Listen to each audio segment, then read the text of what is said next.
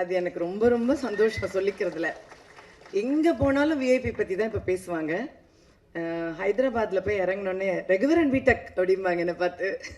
அந்த மாதிரி சின்ன சின்ன பசங்கள்லாம் என்ன வெளிய பார்க்கும்போது, "ஏய் தனுஷ் அம்மா போறாங்கடா" அப்படிம்பாங்க.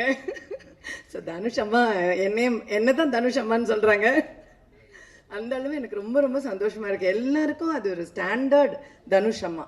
அப்புறம் இப்போ வேற எங்கேயாவது செட்ஸ்ல போகும்போது, ஏதோ தனுஷை பத்தி என்கிட்ட கேட்கறது எப்படி இருக்கும்னா, நிஜமாவே இப்போ என் மகனா இருந்தா, அவர் என்ன சாப்பிடுவாரு? அவர் எப்படி தூங்குவாரு? இப்படிலாம் கேட்பாங்கல்ல, இந்த மாதிரி தான் என்கிட்ட கேட்பாங்க. ஸோ அது எனக்கு ரொம்ப ஆச்சரியமா இருக்கும். அந்த அளவுக்கு சினிமா வந்து ஒரு குடும்பமா என்னை கனெக்ட் பண்ணியிருக்கு தனுஷோட. ரொம்பவே ரொம்ப கனெக்ட் பண்ணியிருக்கு. நிஜமாவே என்னுடைய ஒரு மகன் அப்படின்னு. இந்த செட்ல வந்து இப்போ பவிஷ் தான் எனக்கு மகன்.